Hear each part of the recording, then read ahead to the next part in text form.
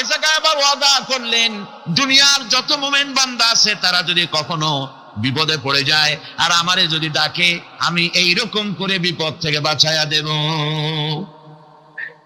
আইয়ুব আলাইহিস সালাম যখন আল্লাহ রাব্বুল আলামিনের কাছে ফরিয়াদ করলেন, আল্লাহ পাক তখন বলছেন, কোরআনে কারীম বলছে, ফাস্তাজাবনা লাহু ফাকাশাফনা মা বিহি মিন দুররিন ওয়া আতাইনাহু আহলাহু ওয়া মিসলাহুম মাআহুম রাহমাতাম মিন ইনদিনা ওয়া যিকরা লিল আবিদিন।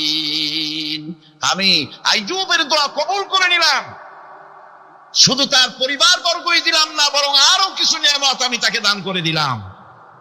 এবং তাই জন্য যেহেতু তারা ছিল আমার অনুগত বান্দা, আমার বাধ্যগত, আমি এই জন্য রহম করেছি, সমস্ত রোগ শোক আমি মাফ করে দিয়েছি।